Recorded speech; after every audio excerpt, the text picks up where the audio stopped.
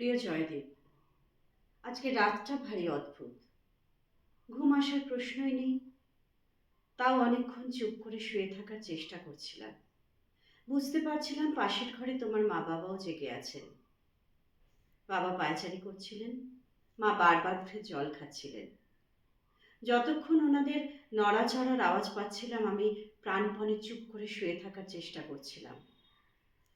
এই 3 বছর ধরে নির্ঘুমে রাত কাটানোটাই আসলে আমার অভ্যাস হয়ে গেছে। বাবা মা দুশ্চিন্তায় দুর্ভাবনায় একেবারে বিপর্যস্ত। তাও একটা সময় বয়সের ভারে ক্লান্তিতে হয়তো ঘুমিয়ে পড়লেন। একটু সময়ের জন্য অন্তত শান্তি। আমার কিন্তু অতটুকু ঘুমও হয় না জানো। ঘুমের ওষুধ খেলে বড়জোর একটা ঘোরের মধ্যে কাটে রাতটা। অথচ দেখো, শ্বশুর বাড়ি বাপের বাড়ি সর্বত্রই ঘুম কাতুরে বলে আমার দুর্নাম ছিল। বাবা মা ঘুমিয়ে পড়েছেন, বাবু অঘোরে ঘুমোচ্ছে দেখে আমি বিছানা থেকে নেমে টেবিলে এসে বসলাম। সেই নীল রঙের ঝালর দেওয়া টেবিল ল্যাম্প, যেটা আমরা নিউ মার্কেট থেকে কিনেছিলাম, সেটা জেলেই তোমাকে চিঠি লিখতে বসেছি। আর কিছুক্ষণ বাদেই তোমার সাথে আমার দেখা হবে। কাঠের রেলিংয়ের ওপাশে থাকবে তুমি। প্রেজেন্ট ভ্যানে তোলার আগে নিশ্চয়ই একবার কথা বলতে দেবে। তখনই তোমার হাতে এই চিঠিটা দিয়ে দেব। গত রবিবারের রাতটাও আমার এভাবে জেগে কেটেছিল, কিন্তু সেদিন একটা উত্তেজনা ছিল, একটা আশা ছিল। ভেবেছিলাম সব দিক বিচার বিবেচনা করে জজ সাহেব বুঝতে পারবেন যে আসলে তুমি নির্দোষ। 25শে ডিসেম্বরের রাত্রে এলিয়ট রোডে ঘটে যাওয়া সেই জঘন্য ঘটনায় তোমার কোনো চোখ নেই। ভেবেছিলাম আসলে ওই মহিলা অন্ধকারে ঠিক বুঝতে পারেননি কারা তার উপরে অত্যাচার করেছে। ভেবেছিলাম কারণ তুমি বারবার বলেছিলে সেদিনের ঘটনায় তুমি সেখানে ছিলে না। একটু বেশি ড্রিঙ্ক করে ফেলেছিলে বলে বাড়ি ফিরতে পারোনি রাত্রে ঠিকই। সেই রাতে তুমি বিন্টুদের বাড়িতে চলে গেছিলে। আফতাব, ববি, পিন্টু সবাই গাড়ি নিয়ে বেরিয়ে গেছিল। গাড়িতে ওঠার আগে পর্যন্ত তুমি আর বিল্টু একসাথে ছিলে বলে পুলিশ সন্দেহ করে তোমাকে ধরে নিয়ে গেছে। আমি তোমার কথা বিশ্বাস করেছিলাম জয়দীপ, কিংবা হয়তো বিশ্বাস করতে বাধ্য হয়েছিলাম। কারণ যাকে ভালোবেসে বিয়ে করেছি, যার সন্তানের মা হয়েছি, সে যে মধ্যরাত্রে একজন অসহায় মহিলাকে বন্ধুদের সাথে গণধর্ষণ করতে পারে, সে কথা যে বিশ্বাস করা কঠিন। বিশ্বাস করতে চায় না মন। চোখের সামনে দেখলেও সেটা বিশ্বাস করা যায় না। তাই ভেবেছিলাম তুমি নির্দোষ প্রমাণিত হবে। 3 বছর বাদে হাসি মুখে তোমার সাথে বাড়ি ফিরব। পরদিন সকালে স্নান সেরে মা যাবেন কালীঘাটে পুজো দিতে। কিন্তু সেসব কিছুই হলো না। গত সোমবার রায় বেরোলো। আইনের জটিল ধারা না বুঝলেও জজ সাহেবের রায় শুনে এতটুকু বুঝতে অসুবিধে হলো না যে সেদিন সেই ঘটনায় তোমার সরাসরি ভূমিকা ছিল। কারণ তার যথেষ্ট প্রমাণ তাদের কাছে আছে। তাই বাকিদের সাথেও তোমাকে দোষী সাব্যস্ত করেছে। কাল সাজা ঘোষণা। উকিলের সাথে কথা বলে জানতে পারলাম খুব কম করে হলেও তোমার 10 বছরের জেল হবে। বেশি হলে যাবজ্জীবন হতেও বাধা নেই, কিন্তু ফাঁসির সাজা তোমার হবে না। এই 3 বছর ধরে তুমি জেলে আছো। আমি অনেকবার তোমার সাথে দেখা করতে গেছি, কিন্তু আমি বা তোমার মা বাবা কোনোদিনই তোমাকে আমাদের কষ্টের কথা জানায়নি। তার একটাই কারণ, যদি তুমি নির্দোষ প্রমাণিত হয়ে বাড়ি ফিরে আসো, আসলে তখন তোমার এই কথাগুলো মনে পড়লে খারাপ লাগবে, নিজেকে অপরাধী বলে মনে হবে। বাবা মা হয়তো আজও তোমাকে এই কথাগুলো বলতে পারবেন না, কারণ সন্তানের মনে কষ্ট দেওয়াটা বাবা মার পক্ষে একটু কষ্টের। কিন্তু আজ তো আমি নিশ্চিত, আজ তো আমার মনে কোনো দ্বিধা নেই যে সেদিন তুমি সেই নারকীয় ঘটনায় যোগ দিয়েছিলে। সেই জন্যই তোমাকে কতগুলো কথা বলতে চাই, আর সেই কথাগুলো বলবো বলেই আজকে তোমাকে চিঠি লিখতে বসেছি। তোমাকে যেদিন অ্যারেস্ট করলো বাবু আর তখন 3 বছর বয়স। পাড়ার মন্টেসরি স্কুলে পড়ে।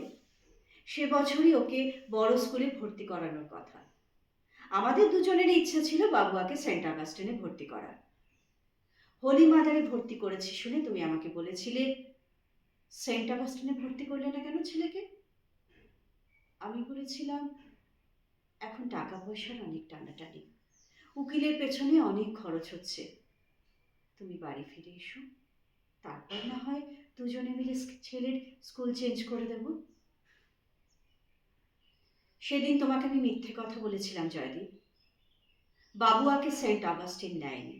বাবুয়ার কোনো দোষ নেই, তোমার জন্য। ইন্টারভিউর দিন যেদিন জিজ্ঞেস করলো যে বাবা কেন আসেনি, আমি সেদিন সত্যি কথা বলেছিলাম। আর সেটা শুনেই তারা সঙ্গে সঙ্গে আমাকে জানিয়ে দিয়েছিল যে এরকম পারিবারিক ব্যাকগ্রাউন্ডের ছেলেকে ওনারা স্কুলে নেবেন না, এতে অন্য বাচ্চাদের মনে খারাপ প্রভাব পড়তে পারে। আমি অবশ্য খুব একটা আশ্চর্য হইনি, কারণ ততদিনে পাড়ার মন্টেসরি স্কুল থেকেও আমাকে জানিয়ে দেওয়া হয়েছিল বাবুয়াকে যেন ওই স্কুলে আর না পাঠাই। স্মার্ট, চটপটে বাচ্চা, অতটুকু বয়সে ওর যতটা জানার প্রয়োজন ও সবটাই জানে। কিন্তু তা ওকে কোনো স্কুল নেবে না, তার কারণ ওর বাবা একজন মহিলাকে ধর্ষণের অপরাধে জেলে বন্দী। আমার ছোটবেলার বন্ধু সুস্মিতাকে কি তোমার মনে আছে? ও এখন হোলি মাদার স্কুলের প্রিন্সিপাল। ম্যানেজিং কমিটির সাথে কথা বলে অনেক আলোচনার পর ওর সাহায্যেই বাবুয়াকে হোলি মাদার স্কুলে ভর্তি করলাম। তা না হলে হয়তো তোমার ছেলের আর পড়াশোনাই হতো না। টাকা পয়সার অভাব আমাদের হয়নি, কারণ তোমাদের পারিবারিক ব্যবসা থেকে আয় ভালোই। তাছাড়া আমারও তো একটা চাকরি আছে, ভাগ্য ভালো সেটা সরকারি চাকরি, তাও আবার কেন্দ্রীয় সরকারি। তা না হলে এতদিনে চাকরিটাও যেত নিশ্চিত। তবে চাকরি না গেলেও অফিসে যাওয়াটা আমার কাছে এখন একটা দুর্বিষহ অভিজ্ঞতা। সবাই আমার দিকে সহানুভূতির চোখে তাকায়। দেখতে ভালো বলে আমার মনে অল্প অহংকার ছিল, এখন মনে হয় আসলে সেটা অভিশাপ। এত সুন্দর দেখতে যার স্ত্রী, সেই স্বামী যে মাঝরাত্রে একজন মধ্যবয়স্ক মহিলাকে অবলীলায় ধর্ষণ করতে পারে, আমার মতো মেয়েকে তো সবাই করুণাই করবে, তাই না? তবে শুধু করুণাই নয়, তার মধ্যে একটা নিষিদ্ধ আনন্দ উপভোগের ইচ্ছেও থাকে। অনেকে আবার আকারে ইঙ্গিতে জানতে চায় সেই রাত্রে তুমি আসলে কি করেছিলে, আসলে সেই রাতটা তুমি কেমন উপভোগ করেছিলে। ওদের আভাসে ইঙ্গিতে জানার ইচ্ছেটা বুঝতে পেরে আমার গাটা খিনখিন করে ওঠে। কিন্তু কিছু তো করার নেই, তাই চুপ করে সহ্য করে যাই। কারণ চাকরিটা আমাকে করতেই হবে, বাবুয়াকে আমাকে মানুষ করতে হবে। তোমাকে বিয়ে করার সময় আমার বাড়ি থেকে আপত্তি ছিল, সে কথা তো তুমি জানবে, সেরকম তো অনেকেরই হয়। তারপর নাতির মুখ দেখে বাবা মা গলে গেলেন। তোমাকে এতদিন বলিনি, যেদিন রায় বেরোলো সেদিন বাবা ফোন করে আমাকে বলে দিলেন আমি যাতে ও বাড়িতে আর না যাই, আমার সাথে সম্পর্ক রাখলে বাকি 2 বোনের বিয়ে দিতে অসুবিধা হবে। সেদিন অবশ্য আমি জোর গলায় বলেছিলাম জয়দীপের কোনো দোষ নেই, কিছুদিন পরেই ও ছাড়া পেয়ে যাবে, তখন কিন্তু তুমি ডাকলেও আর যাবো না।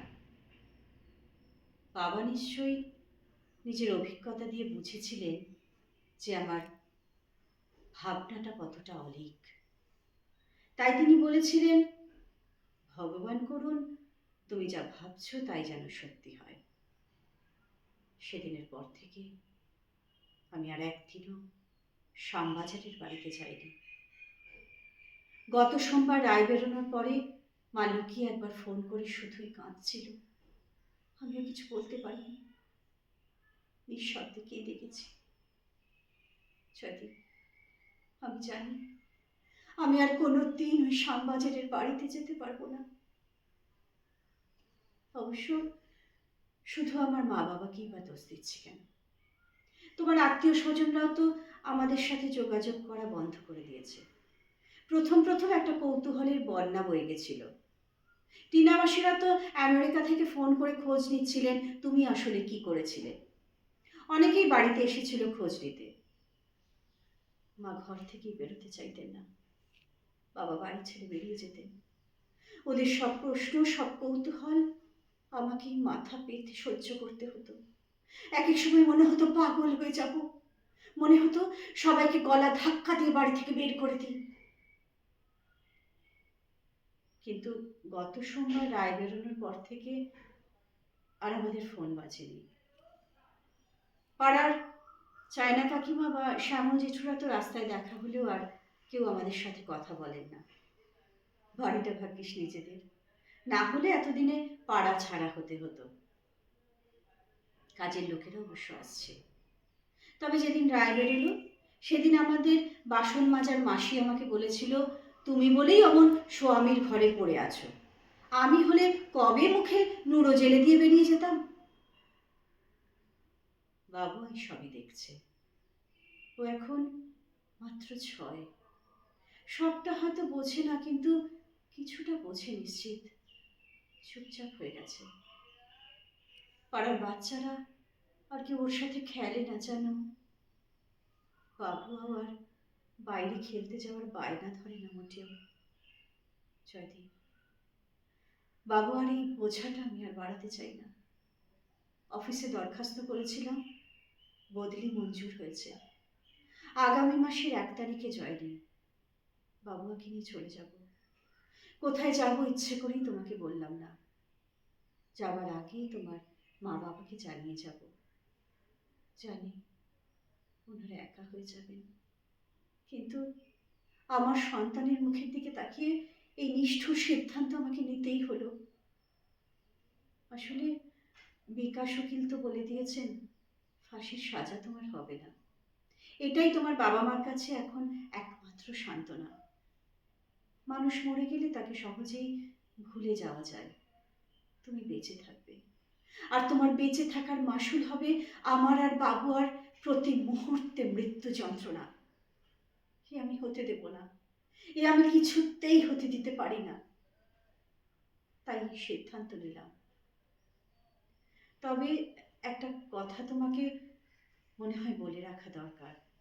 সেটা হলো, আমার মনে যদি বিন্দুমাত্র সন্দেহ থাকতো, যদি ভাবতাম যে তুমি নির্দোষ, ভুলবশত তোমাকে জড়িয়ে ফেলা হয়েছে, তাহলে এই সিদ্ধান্ত নিতাম না, অপেক্ষা করতাম প্রয়োজনে সারা জীবন। কিন্তু আজ আর সন্দেহের অবকাশ নেই। আজ আমি জানি সেই রাত্রে আফতাব, ববি, পিন্টু, বিল্টুদের সাথে তুমিও সেই মহিলাকে ধর্ষণ করেছিলে। আমার ভালোবাসা বা বাবু আর কচি মুখ কিছুই সেদিন তোমার মনে পড়েনি। তাই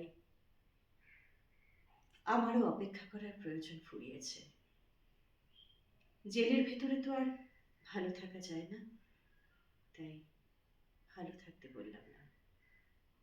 ইতি, মনিকা।